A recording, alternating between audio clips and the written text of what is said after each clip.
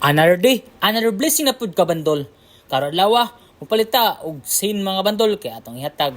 Oh, niabot naman ta sa merkado sa Gindulman. Tara, ubanin ko ninyo kay mo tas hardware. Ma'am, beta may sin, ma'am. Pila dong sin nga kit 8 kami to sa.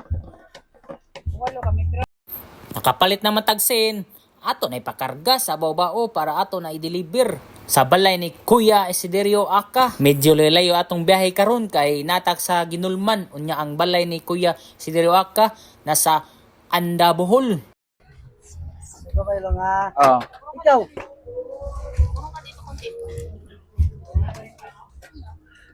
Kaning sin atong gidala, 5 lang ni kabuok og napotay lansang.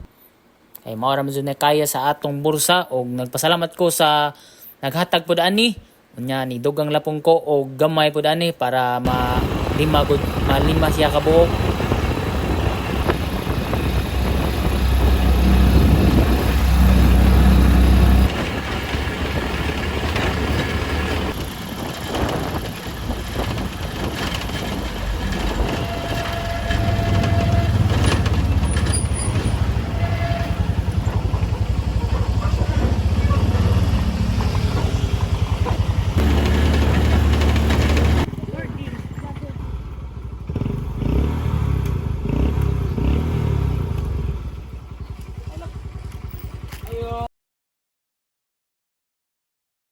Unya niabot na ta sa balay ni Kuya Isiderio Aka. Nya pag hatod na to sa scene wala si Kuya Isiderio Aka, mao to iyara mga Hey. asawa ang atong gi-interview. Musta man? Medyo okay raman pod. Sa mga istorya nimo nga ara kang gitagaan og kuan sin. Dagan kayong salamat sa nag-sponsor. Salamat kayo sa Ginoo.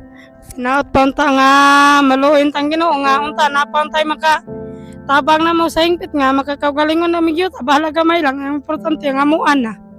Musta mo karon te? Makakaon ba magyapon mo nga kuan? Naning kamot gya po na kung bana kay nga kuing sur wala na may trabaho kay sige magsakit na may gipamati diri siyang lapalapa nga sige kunugot ngo tapos ikaduha nagdesisyon naman ko nga mobalhin na lang mi sa ubos sa hingpit kay wala may tagya dito nga yuta magpadayon na lang mamis pa mo pagpaningkamot pagpangalakal di kadalanan og ibaligya para makapalit mi bukas so matigom na mo yawat naman mapunan maluing Ginoo mapunan og nay tawo maluoy na mo mapunan na mo igo pa makapalit mi yuta balag pila lang ka kilometers igo mapuya na mo gamay lang kamalig